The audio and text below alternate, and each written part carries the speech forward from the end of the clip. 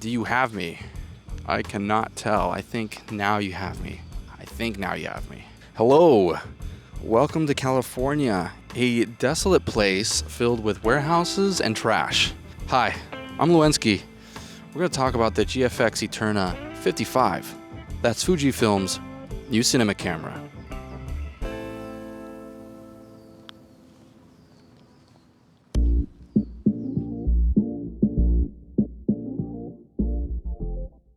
Hello. Oh, perfect. You will never know where I was. It's windier than I had anticipated. The Fujifilm Eterna is now the Fujifilm Eterna 55. And it's $16,000. Some people are upset. I'm excited. I have the spec sheet, and we're going to talk about it. On me is the Sony a7 III with the 24-105 G series lens. We're opened up all the way with autofocus. So Fujifilm releases the camera. It is $16,000. It is also, they just renamed it to the Fujifilm Eterna 55. I don't know why they added the 55 behind it. The sensor isn't a 55mm sensor. It is in fact a 43mm by 32. It's a CMOS sensor, and on the spec sheet it says with a primary color filter. What even is that? What the hell is a... What? A lot of people are playing this camera down, but I'm actually really excited about it for a couple of things. It's a large format cinema camera, and it's Fujifilm's first attempt at entering the cinema camera market with a proper cinema body. The camera has a variable electronic ND system that can cycle through 0.6 to 128. But it is electronic, much like most modern cinema cameras. I kind of wish they brought back the mechanical NDs, like the ones you can find on the C100 Mark II. I find that with the older camera bodies, the ones with the mechanical NDs, those don't fail as often. Media storage. So for media storage, the Fujifilm can take SD cards, CF Express Type B, and SSD. One of the cool things that I like about Blackmagic cameras in particular is that you can shoot to card and to an SSD. The ISO has a range of 400 to 12,800 with an option to extend the ISO all the way up to 25,600. Fujifilm claims that this camera will do 14 stops of dynamic range. I really picked the noisiest spot to be in. So it does shoot, so the color science of the Fujifilm, it'll be in Fuji color science. It's no surprise to anybody that it does shoot log in F-Log2 and F-Log2C, which when looking at it, F-Log2C just seems like a more true F-Log. The Fujifilm will give you continuous autofocus, and it will have face detection, eye detection. It'll detect cars, trains, buses, animals, bikes. And another cool feature is you can change the area of the frame where the autofocus is active. So you can have the autofocus active in a large portion of your frame, or if you want to narrow it down, you can narrow it down and give it a smaller window for the autofocus to hunt. The camera body will have two 3-inch screens on either side. It doesn't seem like the camera will be able to play back what you just shot on either one of the screens, and it will ship with a 5-inch field monitor that you can attach it through the top handle. Let's talk about file formats. MOV, it will shoot in Apple ProRes 422. It will also shoot in HEVC, H.265. Cool. Not really a big fan of Apple ProRes. I mean, why aren't we seeing RAW? You're paying $16,000 for a camera. You kind of would expect, you're getting OpenGate, but you would expect RAW. It's kind of crazy. You are getting long op though. It does have also all intra compression, which is a much better compression. I personally not a fan of long op. And it's also only 10-bit. 10-bit is fine. But I mean, for $16,000, you're not even getting RAW. It would have been 12-bit RAW, would have been incredible. 8K 12-bit RAW. That would have blown a lot of other cameras out of the water. I guess it's good enough, right? Seriously, why aren't you getting 12-bit? That's like a no-brainer, I think. Whatever. Ooh, we're gonna get into frame rates, ladies and gentlemen. You're gonna love this, right? Sony, am I in focus? I can't tell. Here are the frame rates. Never mind. Ladies and gentlemen, the FedEx trucks.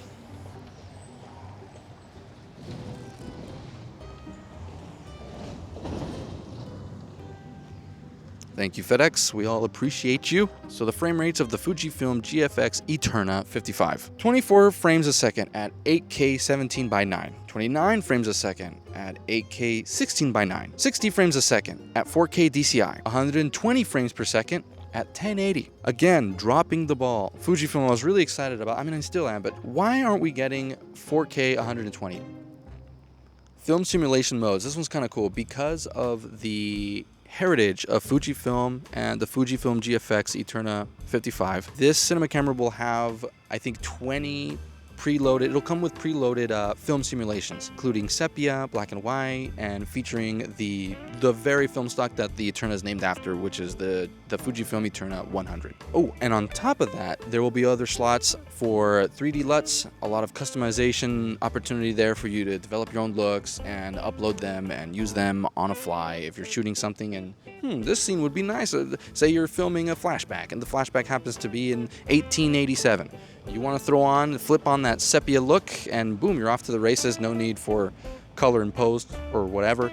I think honestly that's the one thing that I'm really excited about. So it's got all your wireless transmission Bluetooth stuff, HDMI output. The camera will also have timecode support for Genlock and just timecode terminals and whatnot. It has a 12G SDI terminal that supports 4K 60, but it also supports 6G and 3G SDI. Oh, the cool thing about the handle. So the GFX Eterna 55 ships with the handle, right? And that handle has a dial on it that allows you to control several different things, including the ND filter. I thought that was kind of cool. Let's see. It's unclear whether or not it'll ship with a PL adapter.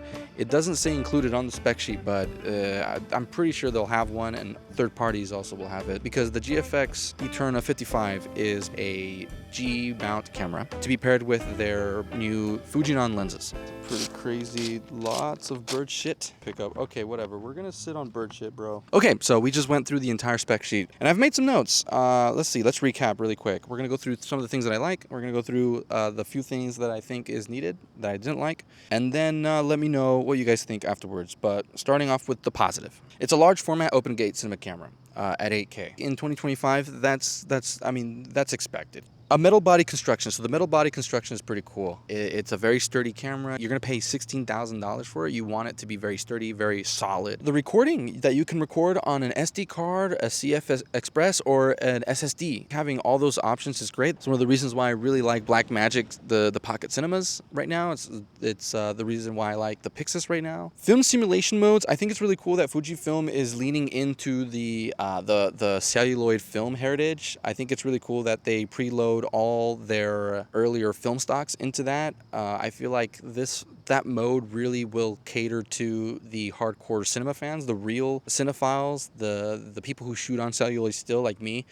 And I wish that was available on other systems like Canon or Sony, but it's really cool to be like a feature in the GFX Eterna 55. I mean, imagine combining open gate 8K video with the Fujifilm C200 film, or even the Eterna, or just a bleach bypass to give you the Saving Private Ryan look. I think that's really cool, and I think that's a good move by Fujifilm, and I think that's gonna be received very well.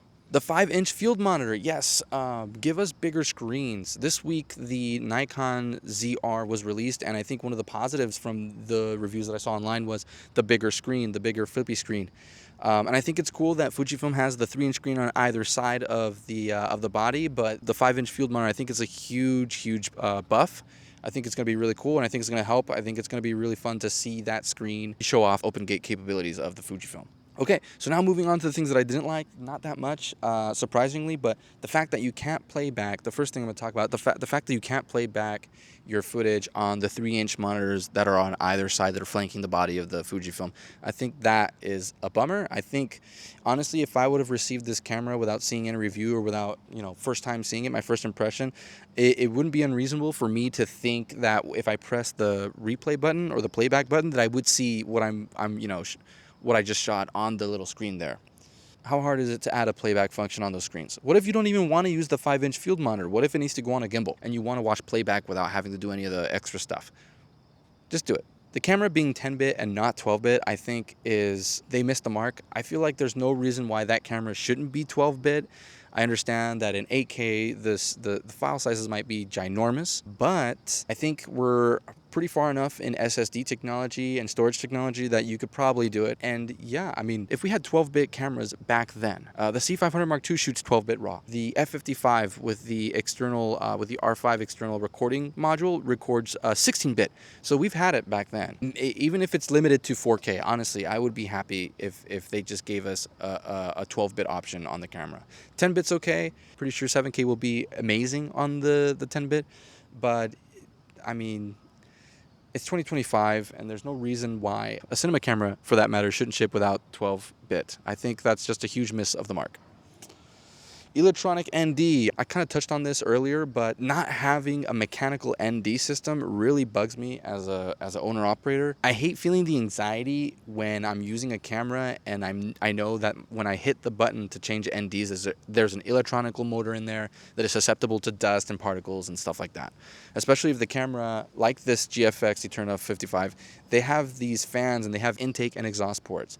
There's going to be debris that eventually is going to go in there, and if that gets to the electronic motor or the magnetic motor of the ND system, it'll corrupt that, and then you have no choice but to send it in for repair. At least with the mechanical NDs, it's a little more difficult for a little piece of sand to disrupt that whole process. It's more robust. It's almost like a fail-safe. These electronical systems nowadays that are inside these bodies, when they utilize these magnetic motors, these systems are very fragile, and anything like a speck of sand can disrupt and totally render it useless. So that for me is a huge turnoff. And no 4K 120. That's pretty much it. Those are my takes. And again, I've been a fan. I've been following this camera since the beginning of this year. Would I buy the GFX Eterna 55 today, right now? I'm not sure. Kind of happy where I'm at right now.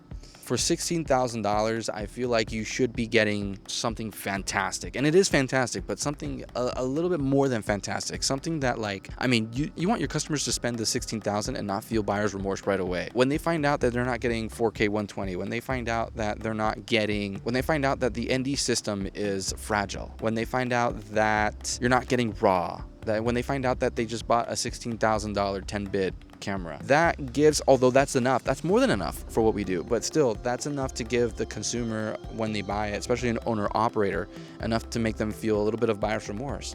Because there are other options out there. There are even cheaper, older cameras out there that have features that the GFX Eterna 55 isn't giving you. And yes, it's open gate, 8K large format, but still, there's always that thing in the back of the mind that says, but still. But anyways, that's my take on it. And let me know, what do you guys think? Peace.